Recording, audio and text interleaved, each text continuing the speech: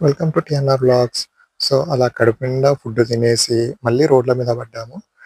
అసలు అనుకోవచ్చు మా బండి పాండిచ్చేరి ఎక్కడ దొరికారురా బాబు వీళ్ళు మాకు.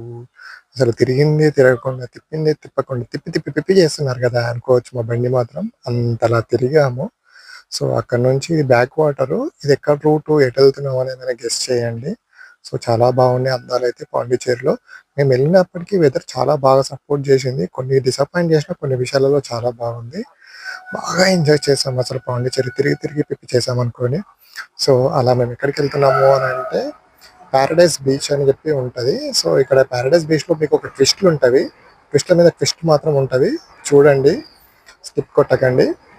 సో, అలా వెళ్తూ ఉంటే అందాలను చూస్తూ, అలా రోడ్ల మీద డ్రైవ్ చేసుకుంటూ, ఇద్దరం ముచ్చట పెట్టుకుంటూ, ఒక్కో టాపిక్ గురించి డిస్కస్ చేస్తూ వెళ్తూ ఉన్నాము. ఇదొచ్చేసి ఆక్వా వాటరింగ్ అని చెప్పేసి వాటర్ బోటింగు. మీకెళ్తే పారడైస్ బీచ్ వెళ్ళే రోడ్‌లో ఉంటది. ఈ రోడ్డొచ్చేసి చిదంబరం మ్యాంగ్రోవ్ ఫారెస్ట్ వెళ్ళే రూట్ అన్నట్టు. సో, ఇక్కడ నుంచి కొంచెం లెఫ్ట్ తీసుకొని లోపలికెళ్తే అందాలైతే చాలా బాగున్నాయి. ప్రీ వెడ్డింగ్ షూట్‌లకు గానీ, ఫోటో షూట్స్‌కి గానీ చాలా బాగున్నవి.